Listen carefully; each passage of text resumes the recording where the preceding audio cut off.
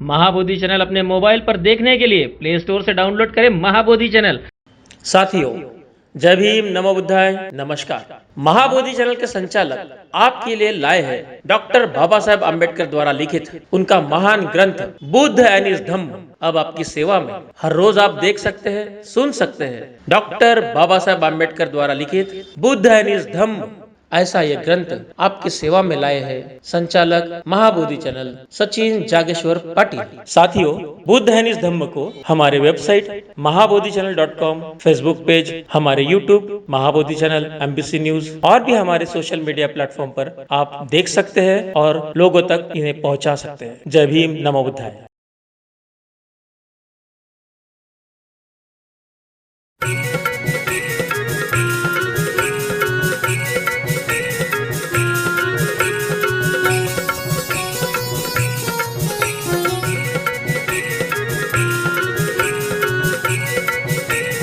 सभी बौद्ध बांधवों से एक अपील है।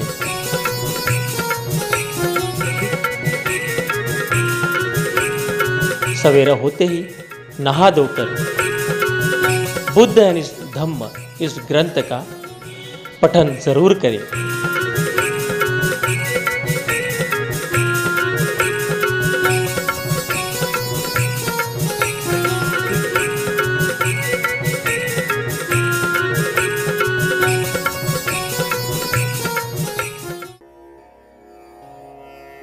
बुद्ध और उनका धम्म इस ग्रंथ में बाबा साहब लिखते हैं कि आलार कालाम का उत्तर था, मित्र नहीं।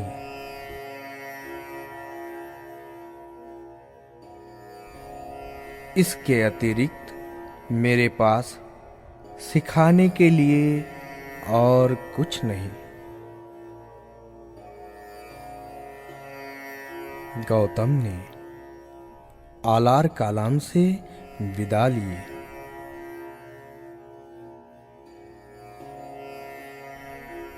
गौतम ने उद्दक रामपुत नाम के एक दूसरे योगी के बारे में सुना। उसकी ख्याति थी कि उसने एक ऐसी ध्यान विधि का आविष्कार किया है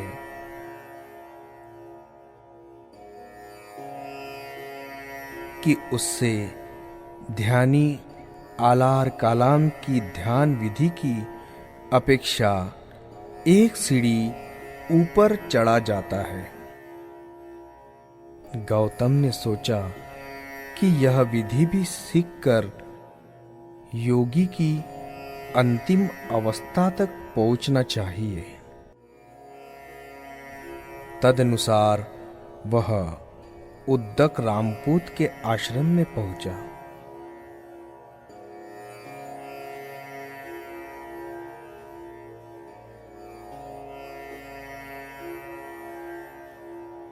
और उसके कथनानुसार योगाभ्यास आरंभ किया।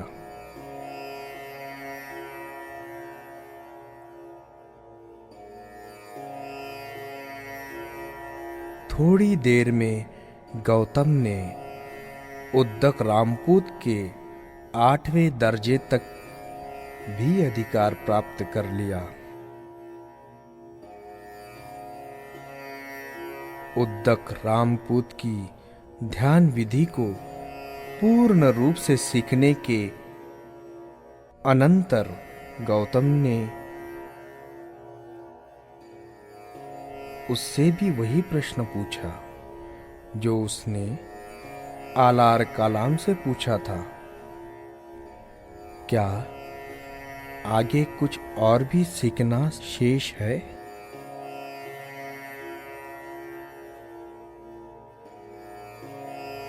उद्दक रामपूत का उत्तर भी पूर्ववत ही था, मित्र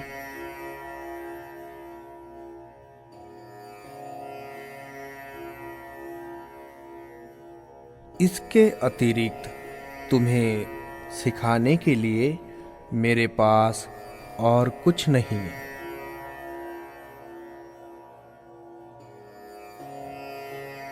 आलार कालाम और उद्दक रामपुत दोनों ध्यानाचार्य के रूप में कौशल जनपद में प्रसिद्ध थे। लेकिन गौतम ने सुना था कि मगध जनपद में भी वैसे ही ध्यानाचार्य है।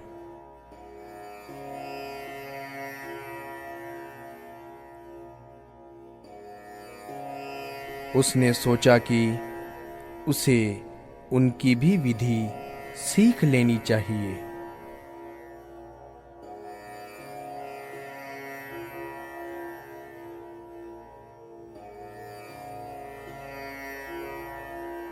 तदनुसार गौतम मगध आया।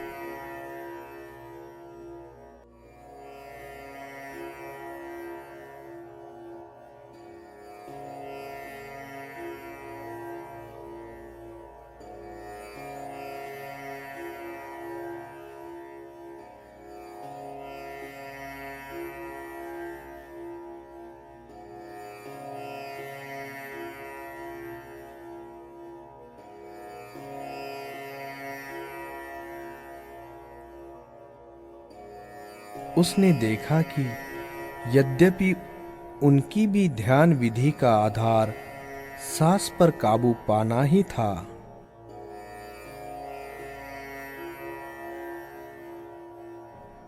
तो भी जो ध्यान विधि कौशल जनपद में प्रचलित थी, उससे वह सर्वथा भिन्न थी।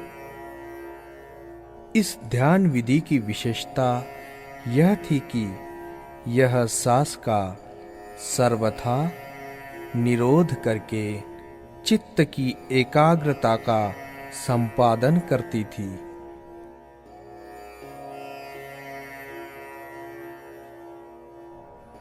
गौतम ने यह विधि सीख ली।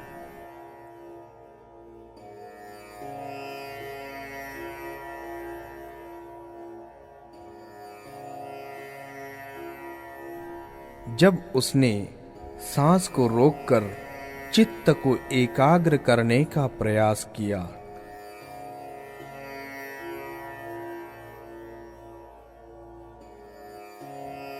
तो उसने देखा कि उसके कानों में से बड़ी तीव्र आवाज आती है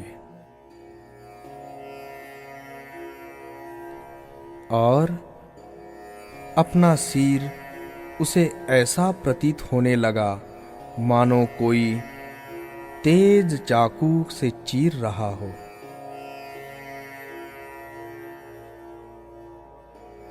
यह बड़ी कष्टदायक विधि थी,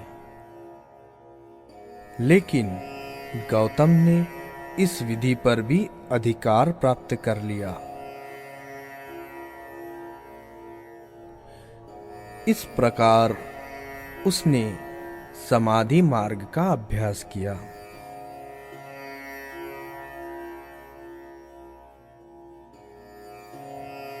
तपस्या का परीक्षण।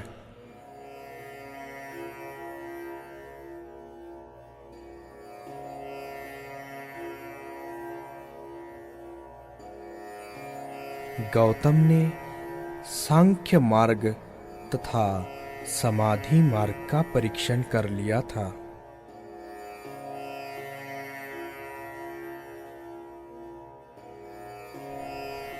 लेकिन वह तपश्चर्या का परीक्षण किए बिना ही भृगुओं के आश्रम से चला आया था। उसे लगा कि इसके बारे में भी उसका स्वानुभव होना चाहिए।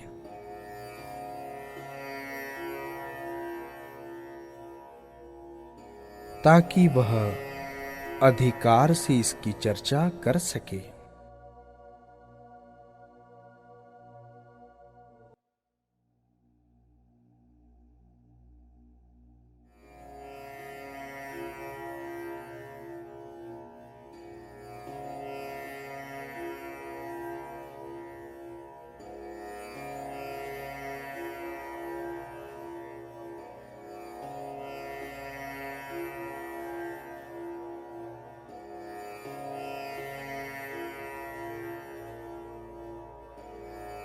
तदनुसार गौतम गया पहुंचा।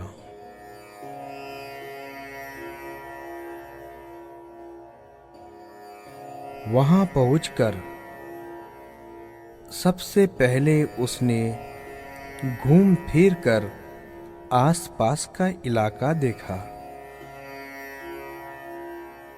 बाद में उसने तपश्चर्या के लिए गया के राजर्षि नगरी के आश्रम में, जो कि उरुवेला में था, निवास करने का निश्चय किया। वह तपश्चर्या के लिए निरुजरा नदी के तट पर यह एक एकांत स्थान था। उरुवेला में उसे वह 5 परिव्राजक भी मिले, जो उसे राजगृह में मिले थे और जिन्होंने उसे शांति का समाचार लाकर सुनाया था।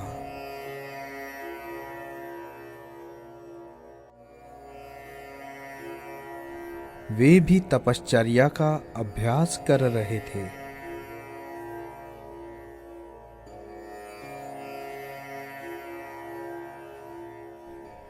उन तपस्वियों ने उसे देखा और उसके पास आकर कहा,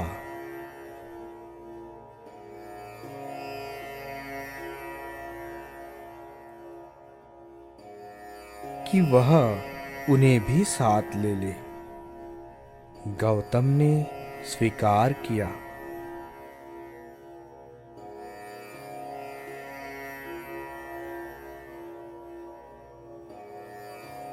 इसके बाद से वे उसकी सेवा करते हुए उसकी आज्ञा में रहने लगे। वे उसके प्रति बड़े विनम्र थे और जैसा वह कहे वैसा करने वाले थे।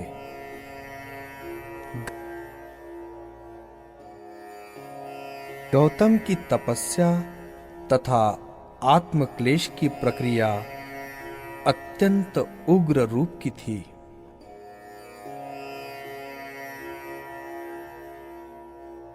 कभी कभी वह केवल 2-3 घरों पर ही भिक्षाटन के लिए जाता। 7 घरों से अधिक पर कभी नहीं।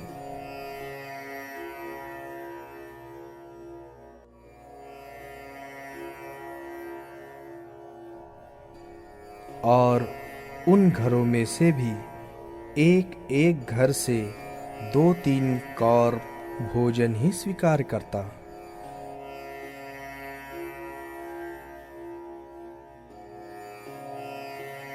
सात कौर से अधिक किसी एक घर से नहीं।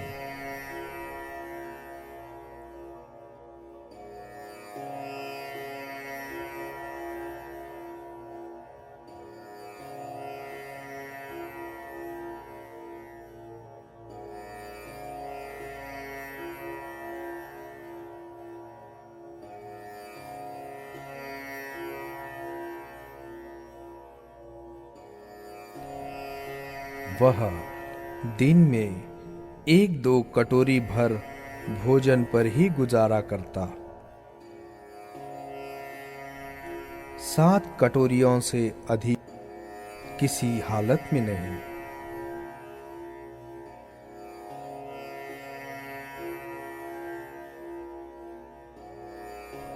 कभी कभी वह सारे दिन में एक ही बार भोजन करता।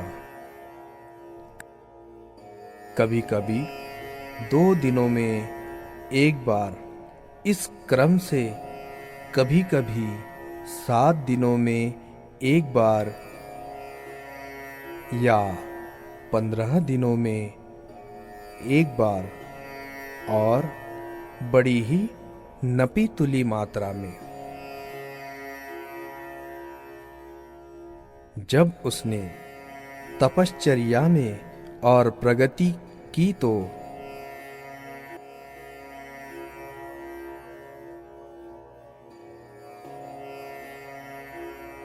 उसका आहार जंगल से इकट्ठी की हुई हरी जड़ें मात्र रह गया था, या अपने से उगे हुए जौ या धान के दाने।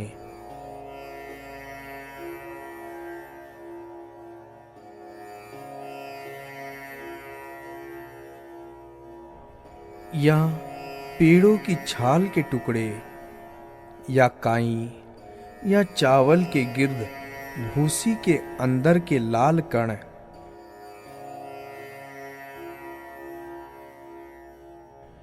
या उगले हुए चावल की पींछ, या सरसों आदि की खली।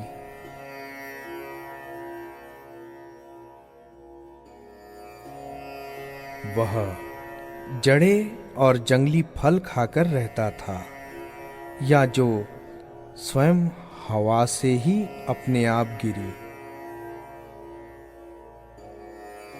उसके कपड़े या तो सन के बने थे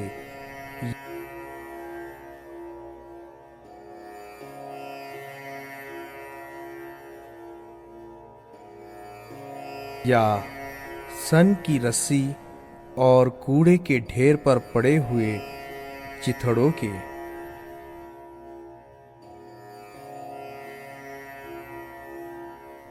या पेड़ की छाल के, या आधी या पूरी मुर्ग छाल के, या घास के छाल की।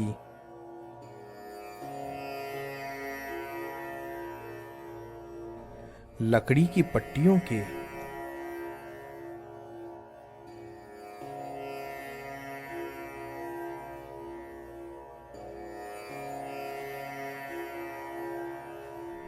या आदमी या पशुओं के बालों से बने कंबल के, और या उल्लू के परों के।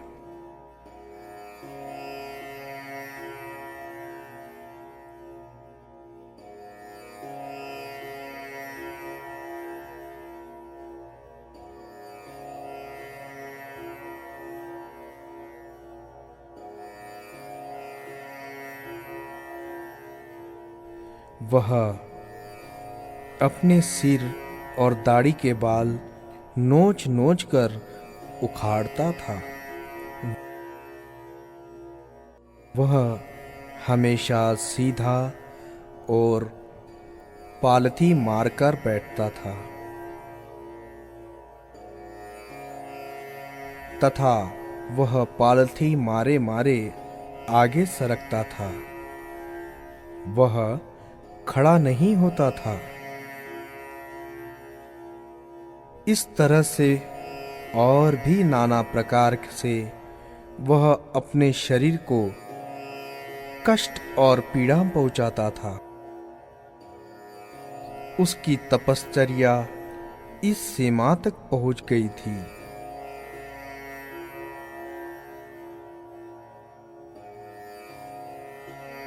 अपने शरीर के प्रति उपेक्षा के भाव को वह इस सीमा तक ले गया कि वर्षों तक उसके शरीर पर मैल जमता रहा, जो कि बाद में अपने आप गिरने लगा। वह भयानक घनघोर जंगल में रहता था।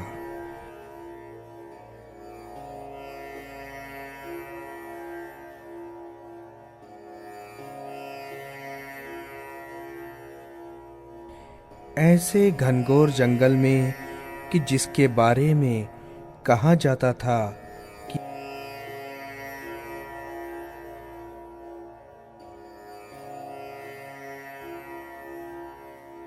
एक पागल के सिवाय और कोई उस जंगल में प्रवेश करने का साहस नहीं कर सकता।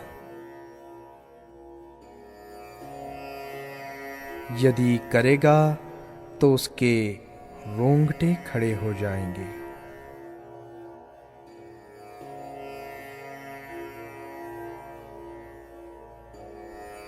शीत ऋतु में जब रातें भयानक ठंडी हो जाती,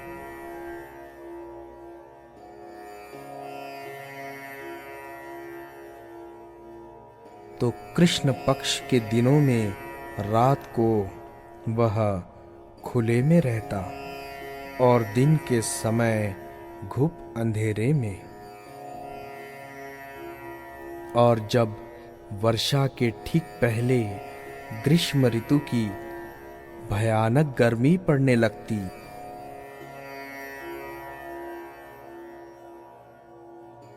तो दिन में वह सूर्य के नीचे रहता और रात को सांस घोट देने वाली गर्मी के भीतर जंगल में। वह स्मशान भूमि में मुर्दों की हड्डियों का तकिया बनाकर लेटता।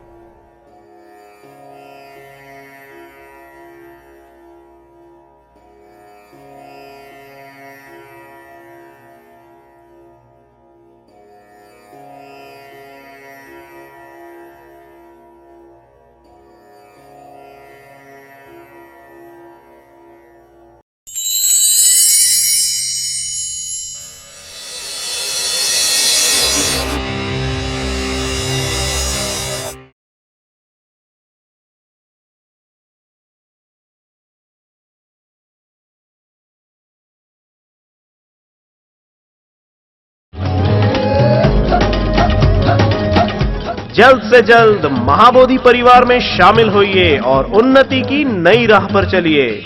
अधिक जानकारी के लिए संपर्क करें 8055500012 पर। महाबोधि चैनल अपने मोबाइल पर देखने के लिए प्ले स्टोर से डाउनलोड करें महाबोधि चैनल। महाबोधि चैनल देखने के लिए अपने केबल ऑपरेटर से अनुरोध करें। जय भीम, नमो बुद्धाय।